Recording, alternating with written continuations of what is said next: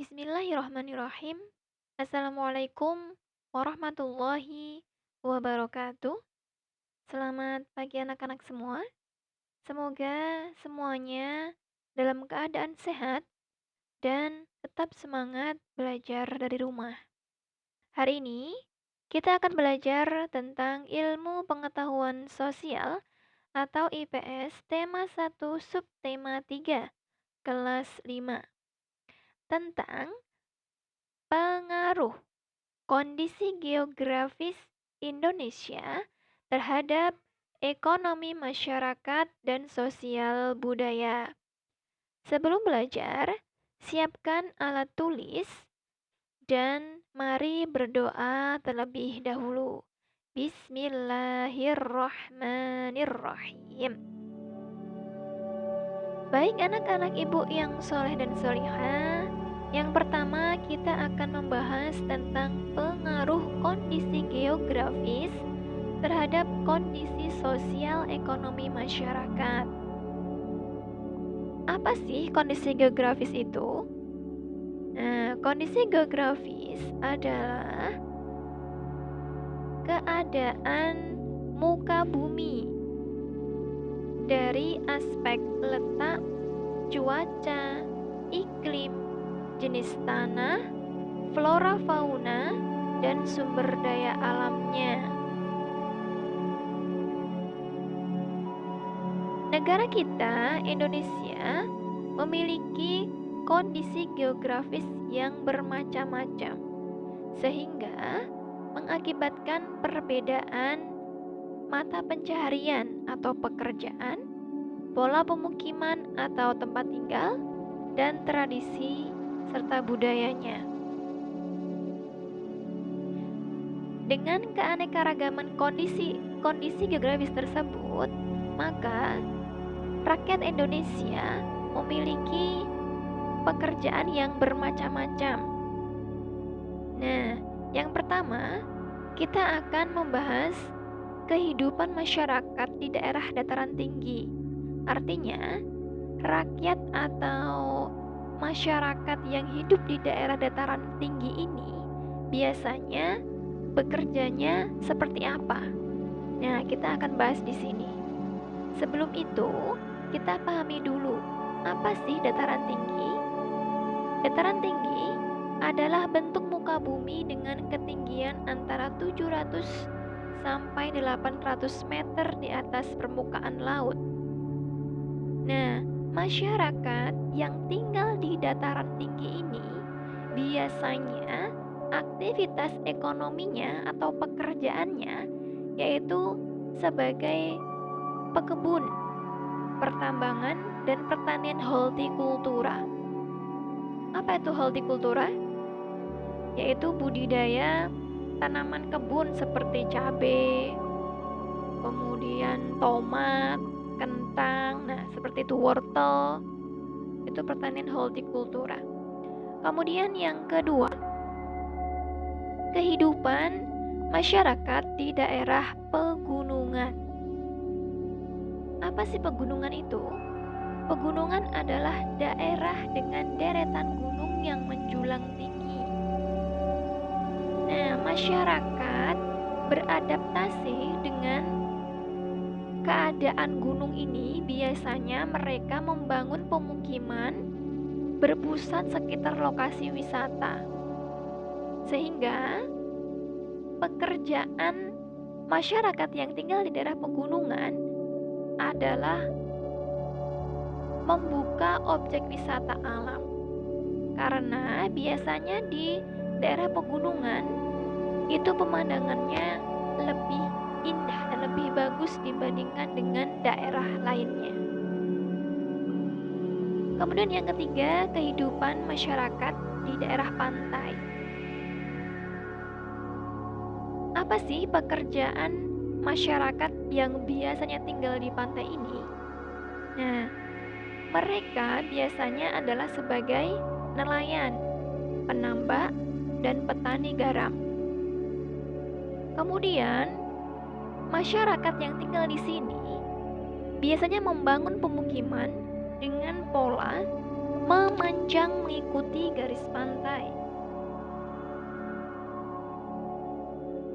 Kemudian yang keempat, kehidupan masyarakat di daerah dataran rendah. Orang-orang yang tinggal di dataran rendah biasanya bekerja sebagai petani, kemudian buruh pabrik karena banyak industri di daerah ini, kemudian ada juga sebagai pedagang. Masyarakat yang tinggal di sini membangun rumahnya atau pemukimannya dengan bentuk sejajar dengan jalan atau aliran sungai. Kemudian yang B, kita akan membahas tentang pengaruh kondisi geografis terhadap budaya masyarakat. Apa sih budaya itu? Budaya berasal dari bahasa Sanskerta, yaitu budaya. Bentuk jamak dari kata budi, yang artinya budi atau akal. Jadi, budaya adalah suatu cara hidup yang berkembang dan dimiliki sekelompok orang dan diwariskan secara turun-temurun. Wujud budaya dibagi menjadi 3, yaitu 1. Gagasan atau wujud ideal, yaitu kebudayaan yang berbentuk ide, gagasan, nilai, dan aturan yang sifatnya abstrak. Apa itu abstrak? Tidak dapat disentuh. Contohnya apa? Adat, aturan, tata krama. Nah, itu adalah budaya masyarakat yang berbentuk gagasan atau wujud ideal. Wujud budaya yang kedua yaitu aktivitas atau tindakan, yaitu kebudayaan berbentuk tindakan berpola dari manusia dalam suatu kelompok masyarakat. Contohnya adalah pola hidup gotong royong dan upacara adat. Yang ketiga yaitu artefak atau karya, yaitu kebudayaan dalam bentuk fisik berupa hasil dari perbuatan dan karya manusia. Artefak ini berwujud benda yang dapat diraba, dilihat, dan didokumentasikan.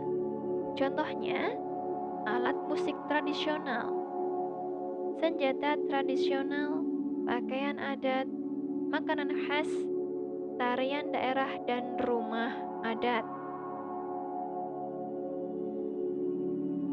Selanjutnya, kita akan bahas tentang produk kebudayaan unggulan di setiap daerah Indonesia. Nah, negara kita memiliki produk kebudayaan unggulan yang bermacam-macam. Contohnya, yaitu 1. Ukiran kayu. Daerah yang terkenal dengan ukiran kayu yaitu Jepara. Yang kedua, anyaman bambu. Daerah yang terkenal dengan anyaman bambu yaitu Jawa Barat. Yang ketiga, kain batik. Daerah yang terkenal dengan batiknya adalah Solo dan Cirebon. Yang keempat, kerajinan perak. Daerah yang terkenal dengan kerajinan peraknya adalah Kota Gede di Yogyakarta. Yang kelima, kerajinan tenun. Contohnya, kain ulos. Daerah yang terkenal dengan kerajinan tenun adalah Sumatera Utara.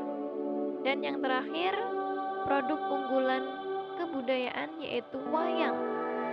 Nah, pertunjukan wayang ini telah diakui oleh UNESCO. Baik, dengan berbagai macam produk kebudayaan unggulan tadi, kita sebagai pelajar, bagaimana sih cara melestarikannya? Salah satunya dengan cara mempelajarinya. Jika sudah mempelajarinya, maka kita memakainya agar bisa lestari, tidak punah. Baik, anak-anak Ibu, itu tadi materi IPS hari ini. Semoga bermanfaat. Dan tugas IPS hari ini adalah dengarkan penjelasan dari Ibu melalui video ini. Kemudian tulislah materi di atas di buku tulis IPS. Hasilnya dikumpulkan ke rumah Ibu atau foto dan kirim ke WA Ibu. Jika ada pertanyaan, silakan langsung WA Ibu. Terima kasih. Wassalamualaikum warahmatullahi wabarakatuh.